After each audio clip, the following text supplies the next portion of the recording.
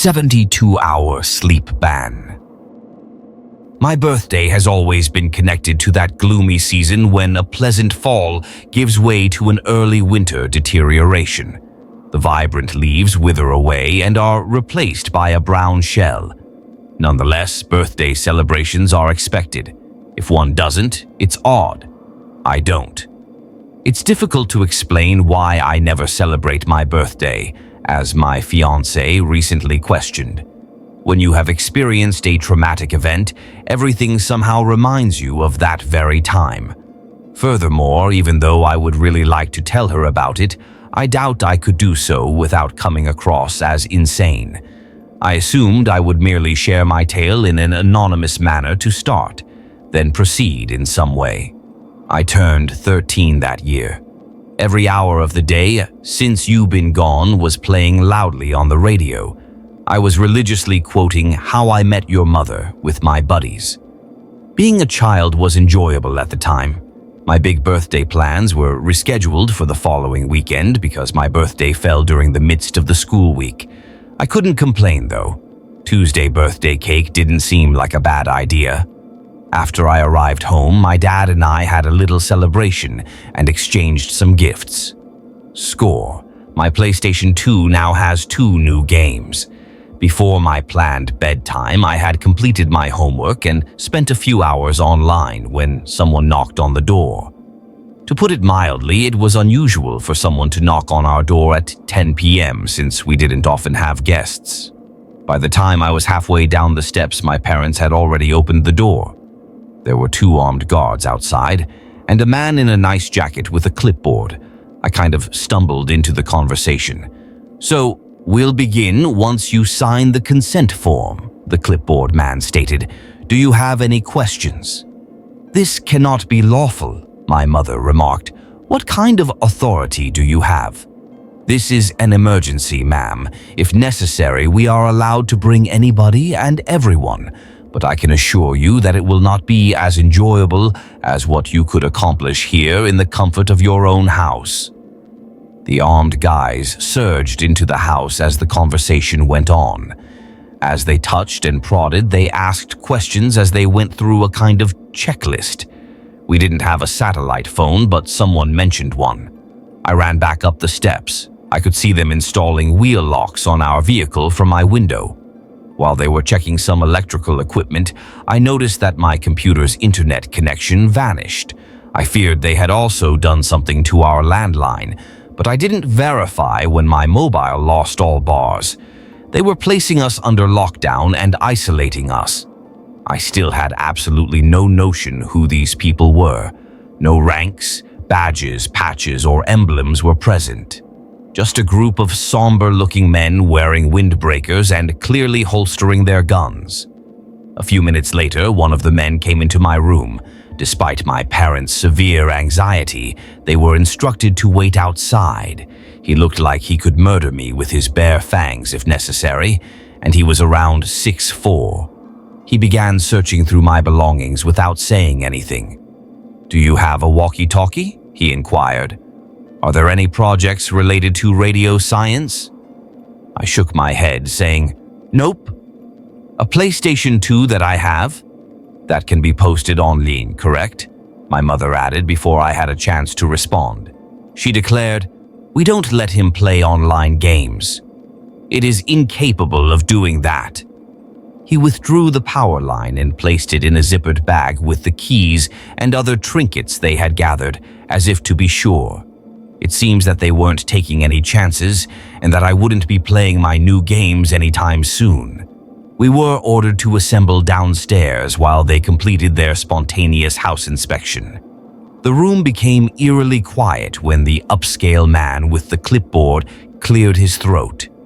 Even my father, who was typically a pretty assertive man, had little to contribute to the discussion. You could tell it was serious that way. The speaker said, "This and the surrounding neighborhoods are under lockdown for 72 hours. A recent geological event has resulted in a localized issue that has led to some unforeseen problems. You've probably noticed a few small strangeness lately." "Like what?" my dad added. Sour milk, unusual color tinting of houseplants. Frog swarms are clogging the highways. My parents nodded but didn't say anything. Maybe they had seen something that I hadn't. Calmly, the man set down his clipboard and spoke. You have come into contact with something that resembles a chemical. When specific hormones linked to profound REM sleep are released, it reacts strongly. We are now implementing a temporary 72-hour sleep ban to protect you. Pardon me?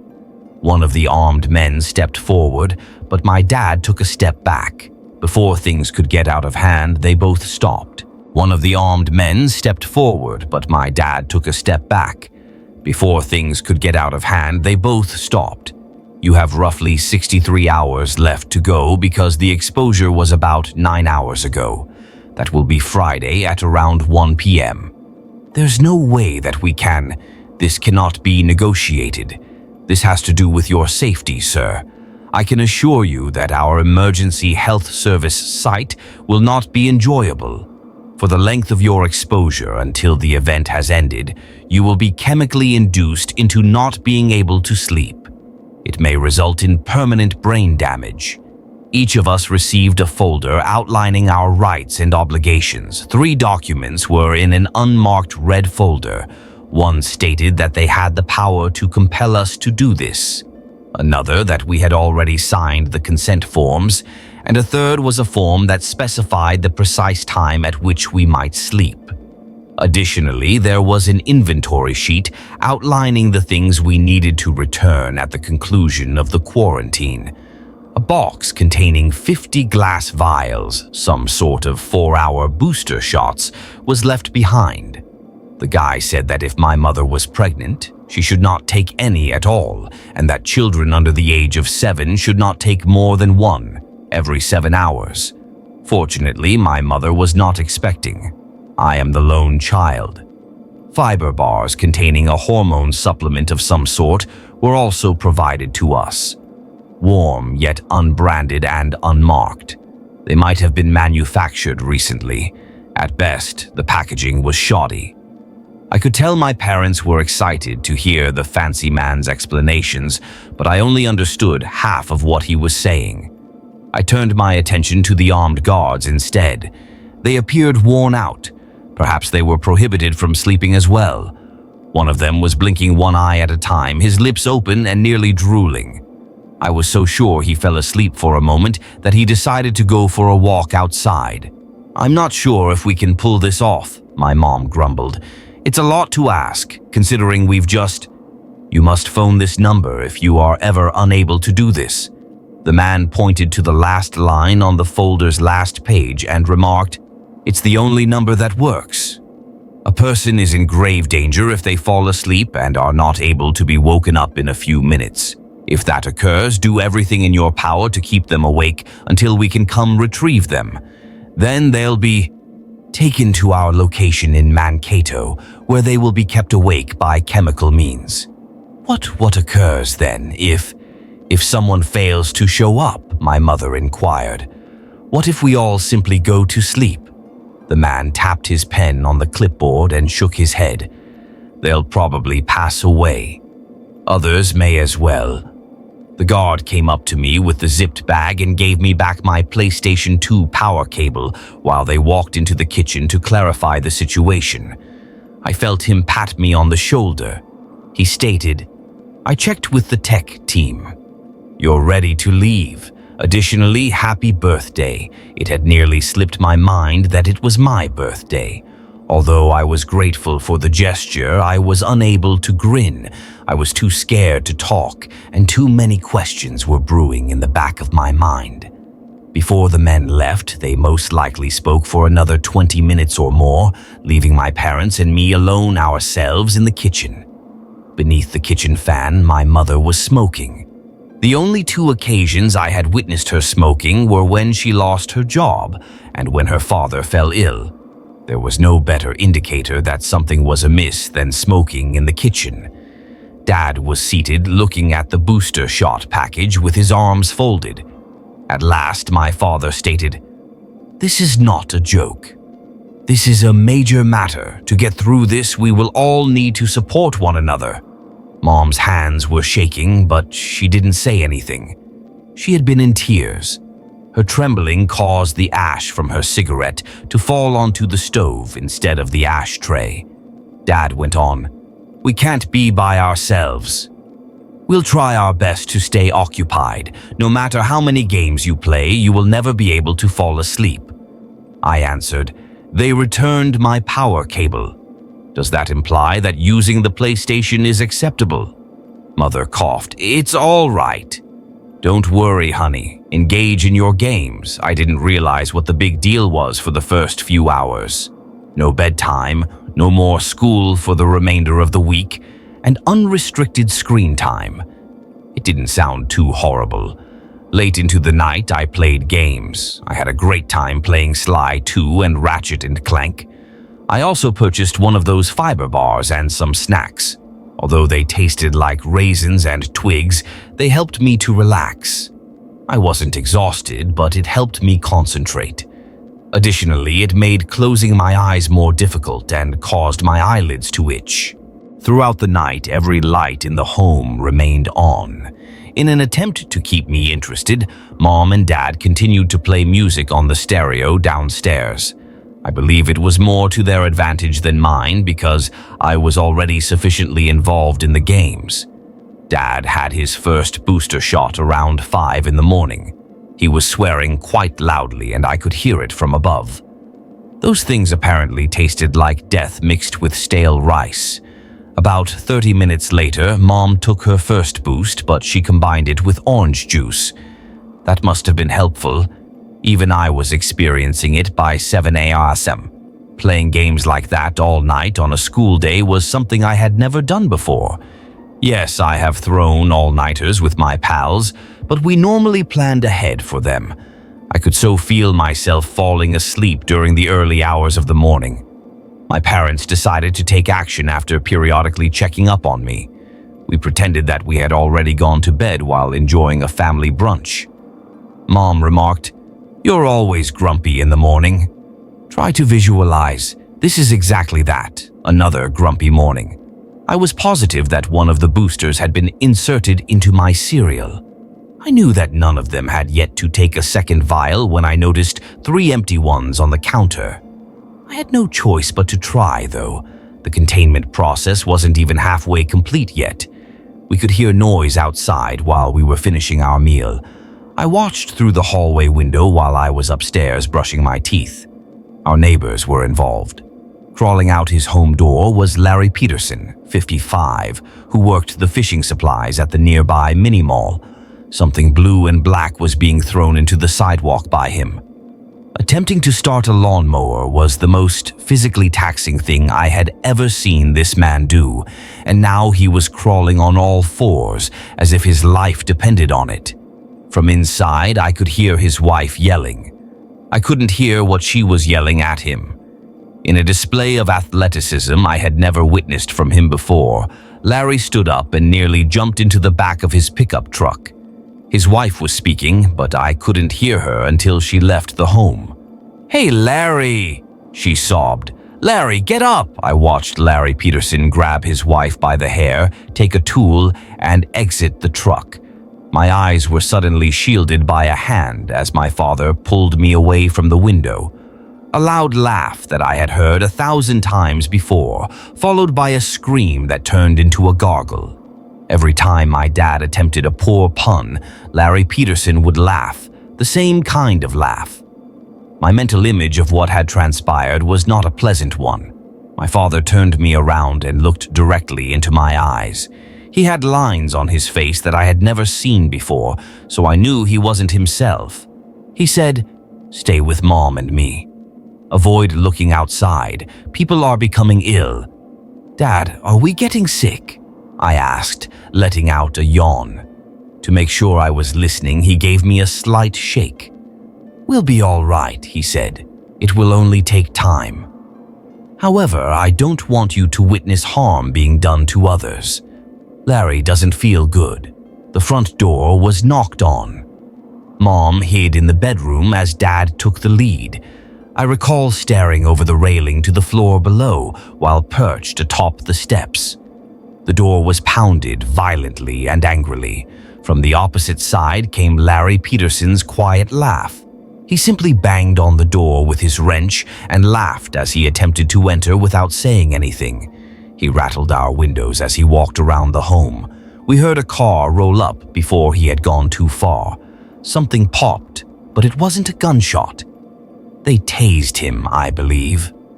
My mom had come upstairs with a big smile on her face and asked me to show her how far I had progressed in my new, fancy computer games by the time I could hear Larry Peterson being carried off.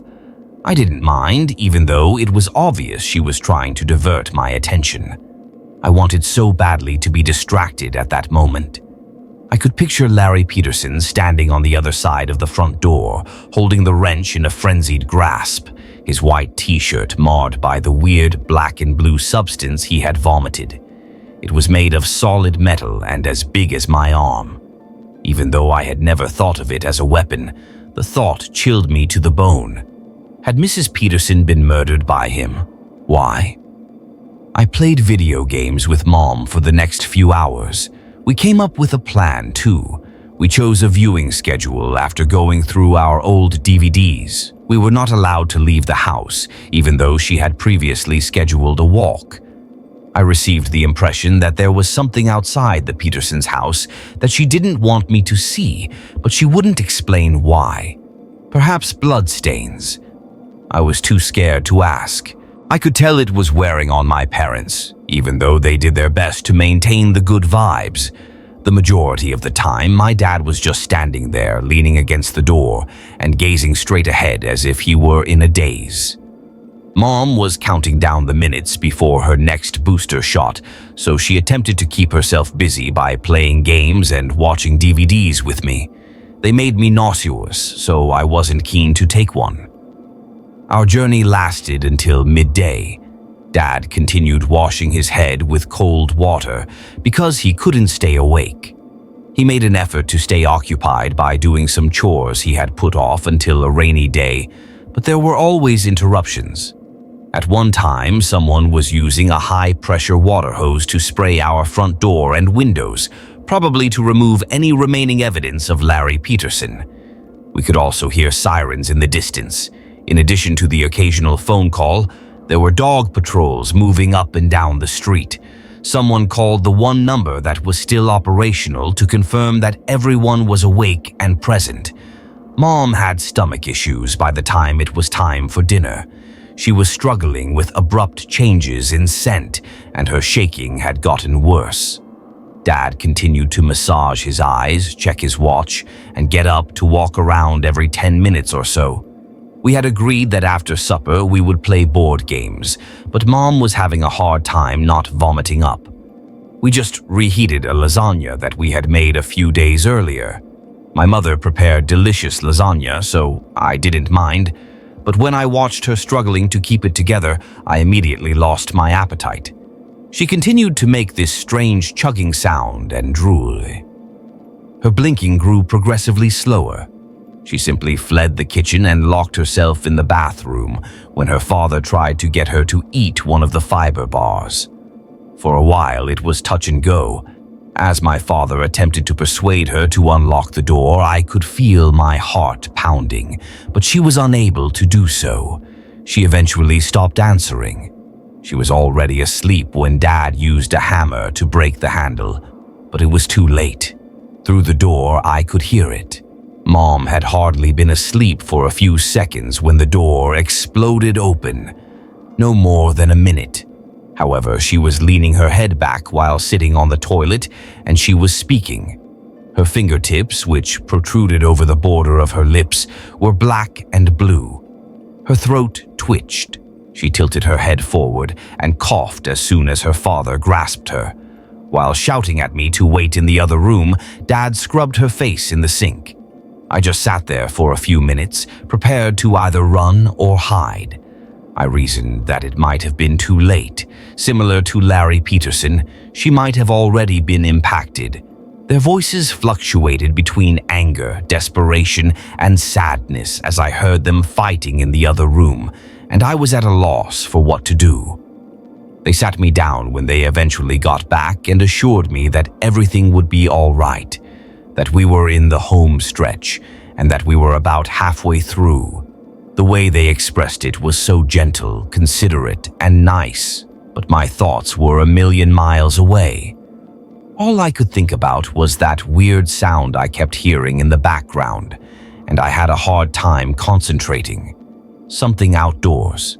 When Dad was halfway through explaining that we would no longer lock the doors to our bathrooms, I felt compelled to respond.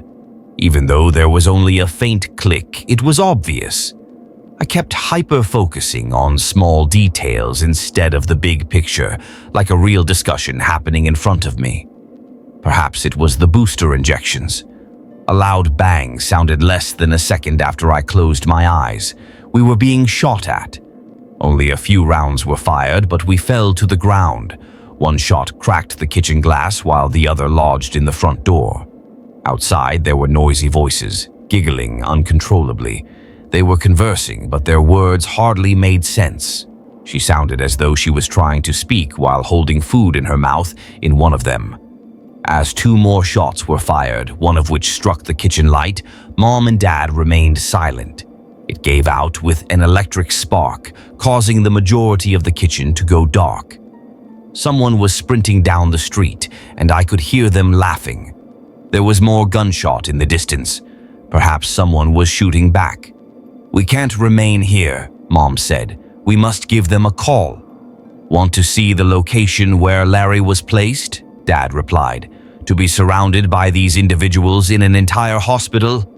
They are firing at us. We can't simply—" Mom calmed down and turned to face me. I was instructed to go upstairs while she and her father excused themselves to speak alone. I was not allowed to sit or lie down, and I had to avoid windows. They would be up shortly to see how I was doing. Naturally, though, I was too interested. I checked a window upstairs, still hearing them quarrel downstairs. I could see a car stalling on the side of the road in the distance, and I could see quite a distance down the street. There were at least 6 people around it, but the headlights were still on. 2 of them wore uniforms similar to those of the armed guards we had previously seen. It took me some time to notice that the car was occupied by an elderly man. Although I had seen him a few times, I was unaware of his name. Those in the vicinity were attempting to break the car windows using a variety of weapons. They used lead pipes, bricks, hammers, tire irons, and anything else they could find. They made their breakthrough quickly. To extract the man, they reached in. I could see what they were doing, but I couldn't hear his screams since they were so far away. They put their hands over his face and held him down. His mouth, ears, and eyes were all gone, leaving only his nose for breathing. They simply sat there after that. I didn't notice for a second that they were making him go to sleep. A few minutes later, they released him. The elderly man began to dry heave as he slowly got to his feet and leaned against his automobile. Eventually, the identical black and blue substance that I had seen Larry Peterson produce began to flow from his mouth. It only stopped when he coughed up a clot that was too small to fit in his mouth. A moving clot. He gazed at the odd bunch as he straightened his back, and they all went down the street together. A few jogged, a few ran. One of them crawled, but his teeth seemed to be gripping something. Something was coming out of his lips. Or that. Something lengthy. I heard more gunfire as they ran down the street. I could make out another group of individuals in the distance, approaching from a different direction.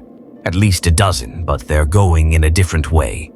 Wandering bands of ill, sleep-deprived people. God knows the long-term effects of this. After my parents finished talking, they sat me down and told me that, just in case, we would be staying inside and avoiding the windows. All windows and doors were locked, all curtains were drawn, and no music was played louder than absolutely required. We were supposed to attract as little notice as possible, Naturally, I concurred. What was my option? I could sense things were becoming worse that night. Dad nearly took 2 booster shots since he didn't remember to take the first one, but his mother intervened. They had ceased checking up on us, so there were no calls coming in. Mom even attempted to call, but the line was cut off. Outside, the gunfire was more frequent but farther distant. There were no sirens, but we could hear automobiles honking. Next came the fires. Downtown somewhere, at least 2. The smokestacks were visible from a distance. Mom was in poor health. She was unable to eat, and occasionally she had trouble standing. She needed to lean against objects to stay upright and continued talking aloud even when no one else was around. She wandered about with her head bobbing back and forth because she was unable to keep the fiber bars down. Although he was struggling too, Dad did his best to keep her engaged. He simply couldn't pay attention no matter how many chilly splashes he got to the face. Although I wasn't performing well either, I wasn't doing quite as badly. I took my booster shots and was still hungry, but I was experiencing adverse effects. I got a terrible headache and my hands continued to shake. I felt as though someone was shocked me with a wet battery because of the pinches running down my neck. I would picture objects moving just beyond my field of view. I had begun to believe that the windows were screens, so I kept turning around to gaze at them. A fresh issue arose in the morning. The water and the electricity had been turned off. We were forced to try to fetch some water by hand from the tiny lake that was only a short walk from the house. We needed drinking water for the restroom, but we had some on hand in the kitchen. Mom offered to go, but it was impossible because she was hardly able to stand or speak clearly. Dad had to do it. There was no debate. From one of the windows upstairs, we observed him. The sun had just risen, casting long, pointed shadows and a sickly, brilliant glow over the wilting landscape. Mom was just looking straight ahead, as though she was trying to recall what was so crucial. "It's almost your birthday, isn't it?" She uttered those words. What I said was, "That was Tuesday." "Did you wish that you were older?" she inquired. I hope for that. I wish for you to be able to age." She gave me a glance and burst out laughing. Her left eye lingered a bit longer than her right as she blinked one eye at a time. She continued to go cross-eyed with dark, sunken eyes. That look she gave me was very horrifying, yet I believe she meant good. She seems to have been reduced to her most primitive nature. The most of it was simply gone, but my mom was still there somewhere. An hour or so later, I saw Dad returning. It was brief, but Mom and I were both relieved. I saw that he had no water with him. After a few moments, I realized he wasn't by himself. He was accompanied by perhaps 24 other persons. Mom didn't appear to respond. She simply nodded to herself while gazing out the window. For a brief period, she was on the verge of dozing off while standing, her mouth moving like a bass without water. Something was moving in her throat, and I could see it. She had a flash of insight and glanced out the window once more when I shook her. Mom shoved me into the closet as I heard a knock on the downstairs door. She dropped her wristwatch, a couple of fiber bars, and the leftover booster shots on me after running downstairs to grab them. She said, "Someone will come get you. Wait a minute. Simply wait and remain conscious. I'll attempt to come up with something."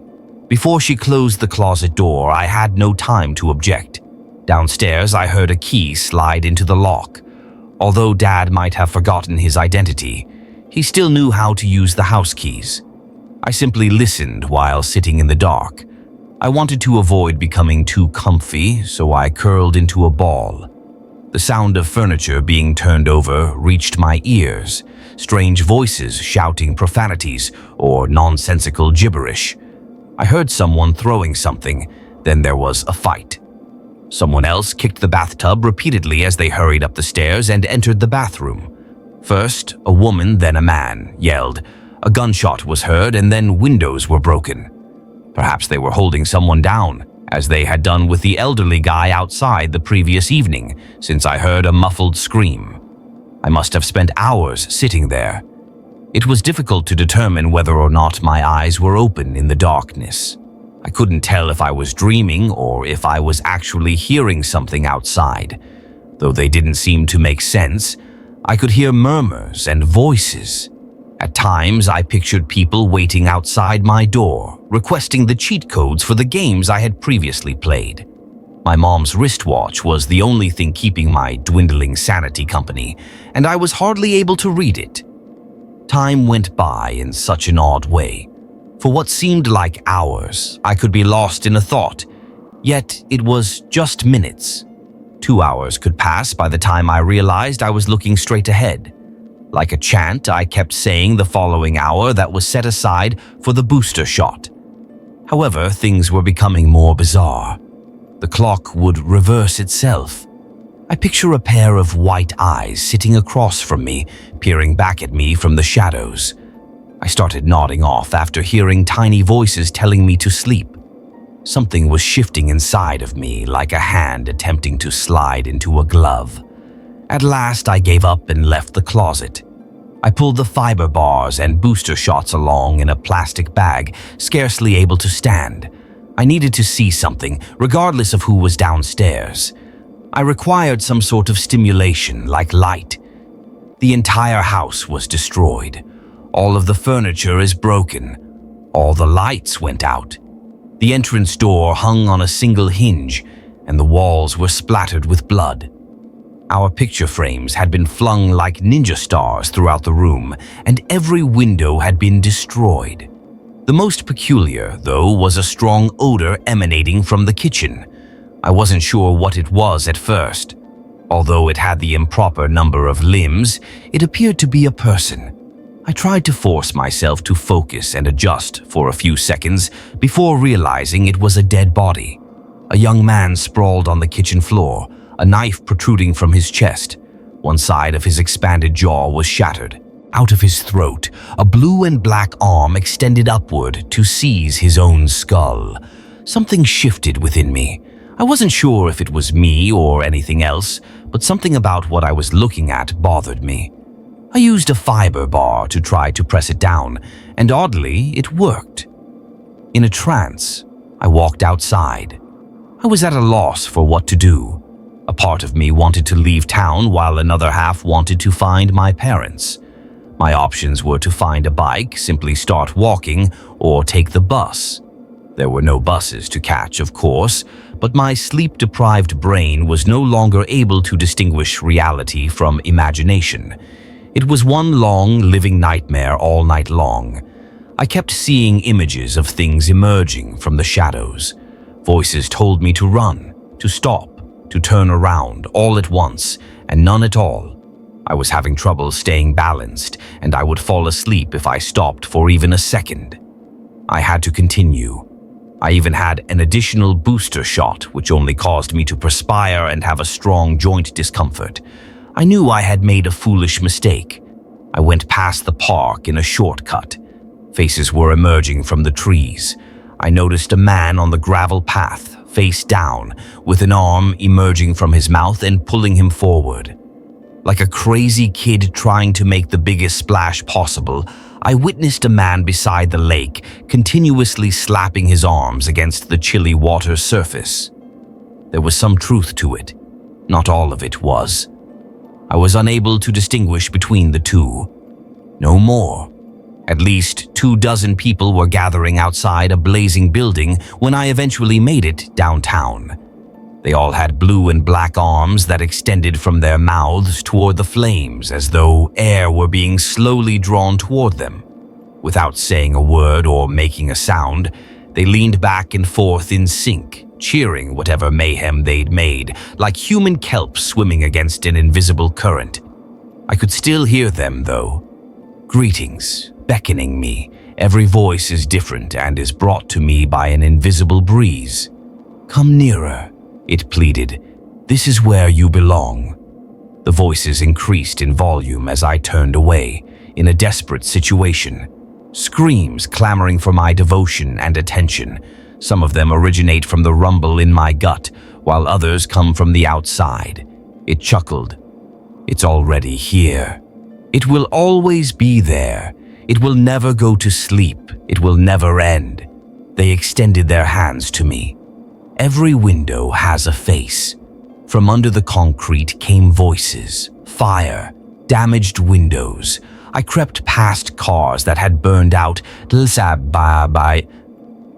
glass cracking beneath my rubber boots.